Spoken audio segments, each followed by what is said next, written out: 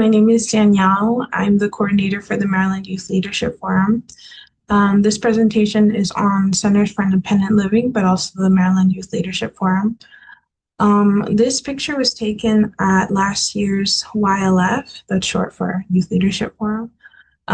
We had the honor of having the sponsor for the disability, the ID bill that passed last year, come and visit us and talk to us about the bill. If folks are not familiar, it's the law that puts a butterfly on the ID to indicate if a person has an invisible or an intellectual disability. And it was actually a student, a youth person that started that bill or started that journey. So we were very honored to have him join us that day. This was taken at the steps of the state house in Annapolis. So Independence Now is a center for independent living. There are 7 centers in the state of Maryland. Ours services Prince George's and Montgomery County. And each of the corresponding centers are designated for their own counties. There's about, at this point, maybe over 1,000 centers for independent living in the entire country. The special thing about Centers for Independent Living is that they are a nonprofit, non-residential center with over 51% of the staff who identify as a person with a disability. So the reason is because the peer-to-peer contact is crucial in order to give services to our consumers. So at Independence Now, we do pretty much almost exactly the same thing as the other centers for independent living. We call them CILs for short, CIL. And at each CIL, we provide independent living services, which include peer counseling, systems advocacy, independent living skills training, information and referral, and transition. Something that is sort of special about Independence Now, although all of the centers provide the service in some way, shape, or form, we have supports planning, which is for individuals who are on a Medicaid waiver. The supports planning will help them organize their care. We have nursing home outreach that's done through the Money Follows the Person program. And we have peer counselors that go into nursing homes to help individuals who want to move back into the community. We have an AT lending library and home modification and vehicle modification department. That is a partnership between MDTAP, where they can provide assistive technology to your local CIL instead of having to go all the way to Baltimore to like the main headquarters of assistive technology. And then we have MD-WIN, which is the benefits counseling program. So if an individual is looking to go back to work, but they are afraid of losing their benefits, whether it be Medicare or Social Security income, the department at MD-WIN will help you understand your benefits and make sure that you don't lose them while still being able to work at the same time.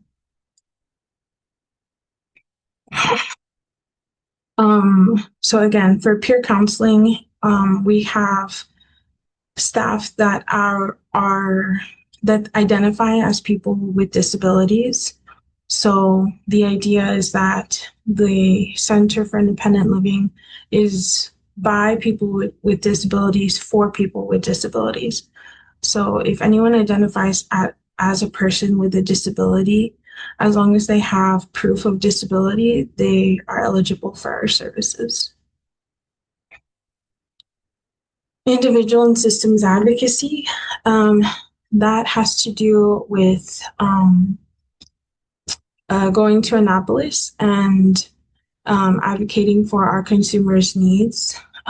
Every year we do an IL day, an independent living day, where all of the sales go to Annapolis and we talk to our representatives and advocate for um, things that we need, things that our consumers need, and make sure that we stay visible and are um, on their front page or making sure that we are still being considered when they're making decisions. Independent living skills training. We hold a lot of events. We try to do at least once a month. Depending on the time of year, we might get more busy, but we definitely are able to help with if a person has recently moved out or moved back to the community and they need assistance with maintaining their home. We can help with budgeting, cooking, kitchen safety. We use a lot of assistive technology for that. We talk about transportation, giving them resources on what different transportation is closest to them and how they can independently transport themselves to wherever it is they want to go. We can work on decision making and time management sometimes, especially for our younger folks. They need some assistance or practice with being able to either be on time or figure out what is their best option, whatever it may be. And of course, independent housing. Depending on the person's situation, we can help them apply to a wait list in Montgomery County and Prince George's County. Um, of course, the wait list is a random lottery, so we don't have control over when they receive the voucher or their housing, but we can definitely work with them through that housing process.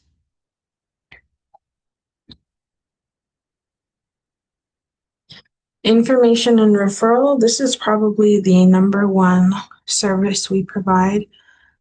Although someone needs to have a disability in order to be considered a consumer, if someone is just calling and asking for a resource or asking for a referral, we will automatically help them get the information they need. We will never turn anyone away, but we will definitely need to have some sort of inquiry or like an intake to determine whether they are eligible for our services. And we probably do this a lot. A lot of people are looking for housing. A lot of people are need assistance with rent or utilities, and so we'll give them the resources they need to anyone. And they're always welcome to call us back. And if for whatever reason they do become disabled, then they're obviously more than welcome to call us and become a consumer. Transition. So this is kind of where the Youth Leadership Forum lives. Transition is a two-part service. So the first part comes from nursing home outreach, and that has to do with people going into the nursing homes and helping them through the housing transition process to live in the community. So that's like one transition. The other transition is students. So we help students transition from high school to either university or to the workplace. Whatever they decide to do, whatever supports they need, we will help them through that process. We provide pre-ets. This is a agreement between doors and our organization. Pre-ets, you obviously, you all probably know pre-employment transition services, and we can provide this through a small group or one-on-one, depending on the student's situation. And then there's MDYLF. It is also an agreement with DOORS. So DOORS does fund part of this program. We also get funding from other departments as well. And this is considered um, a more expanded version of pre-ets because it's overnight. So YLF, um, similarly to the Centers for Independent Living, there is probably about one or more YLFs per state at this point, although not all of them work in the same way as the Maryland one does. And students who are in high school from ages 15 to 21 are eligible. As long as they are a junior or a senior, they're still enrolled in a high school, then they're considered eligible for this program. Again, we get funding from DOORS, so the program is free for the families. No one will have to pay for YLF. And the purpose of this program is to, number one, provide an experience for the student of what it would be like to live away from home. That's the overnight piece. So independent living and self-advocacy. That's the other piece. Learning how to speak up for yourself, teaching the students the different ways to advocate. We do have a lot of support on campus. We go to Towson University every year, and we provide about 10 staff people who also identify as people with disabilities, one nurse who is there 24 hours, and at least one, sometimes two, personal care attendant. The reason we do this is because we want to eliminate barriers to anyone's disability. So if someone would need that support in order to sleep away from home for a short time, we will provide that to them. The other support we can provide is transportation. This is a statewide program, so we get a lot of students from far away, not just Montgomery and Prince George's. So if for some reason, even though the parents are responsible for driving their students to Towson University, we never want that to become a barrier. So if they are not able to, then we will help them find transportation and provide that to them. Free of charge, of course. Everything is free for the students. So some of the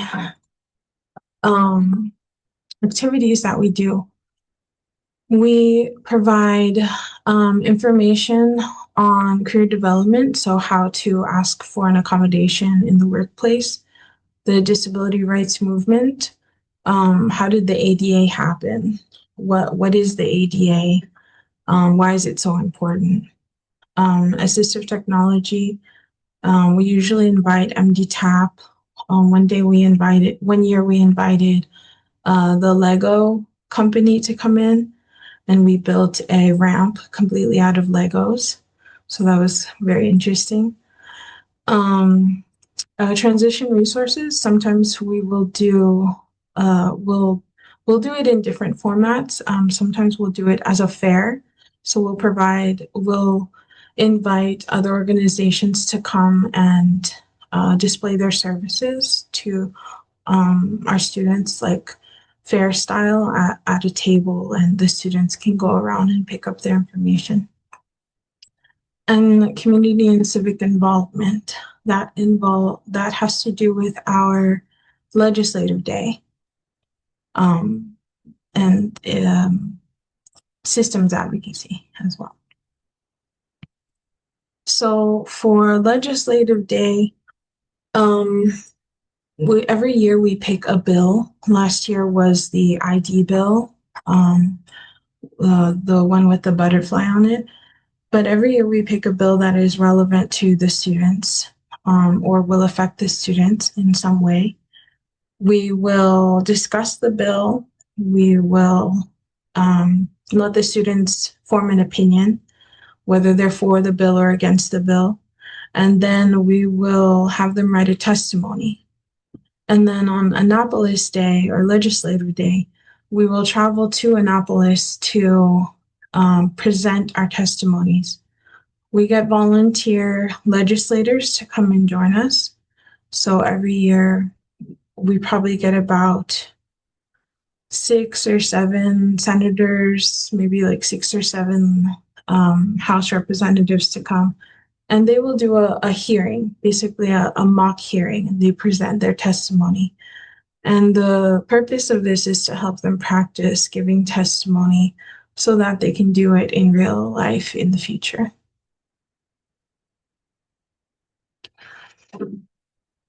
So this is not just education, right? This is like a social, there's a social aspect as well. So we want students to make connections. We want them to make friends. We want them to form a network and be able to discuss their issues and help each other find solutions with each other. So some of the things we do is one year we had a dance. We had a DJ come in, and the students danced very late into the evening. One year we had a karaoke night. The students really loved that one. I think that one was their favorite activity for that year. And just the fact that the students are on college is very exciting, right? Some of the students, they've never lived away from home before. They've never experienced life without mom or dad or their guardian. So it's very important to give them that experience of independent living.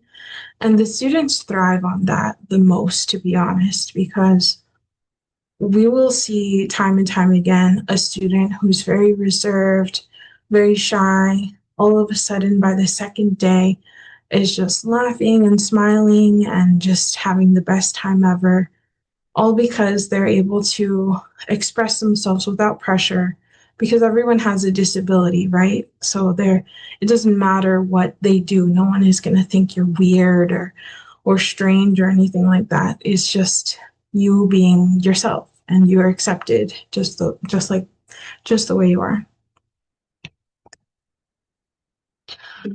Again, so we provide 10 staff who identify as a person with a disability. We can invite up to 30 students to this program. And when the student completes the program, they will also be invited to our monthly youth events.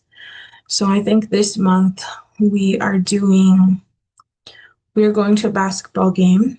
We received some donated tickets to a basketball game, so a lot of the youth were very excited for that one. We will be doing a college readiness seminar as well. We're collaborating with Accessible College. We did a pre-ets as well. It was like a one-day cooking class / movie night. And we are also working on a Capitol crawl scavenger hunt. It depends on the situation, but usually we'll go to DC and the students will take pictures and recreate historical photos from the Capitol Crawl, and other significant moments that affect people with disabilities. Okay. So this year we are going to Towson University June 25th through the 27th. Applications are still open. We have not reached the 30 student limit. So we extended the deadline to April 24th. Sorry, I think there's a typo there. Once a student has applied, they can access the application on our website, and I can send it tomorrow as well to distribute to everyone. They send their application to me, and I will contact them to do an interview. If there are multiple students coming from the same school, then we can do a group interview. But usually I will just contact the student individually and we'll do a virtual interview like that. Again, we receive funding from DOORS, which means that when a student has a DOORS counselor, we need to know the student's counselor's name so that we may contact their counselor and receive that funding.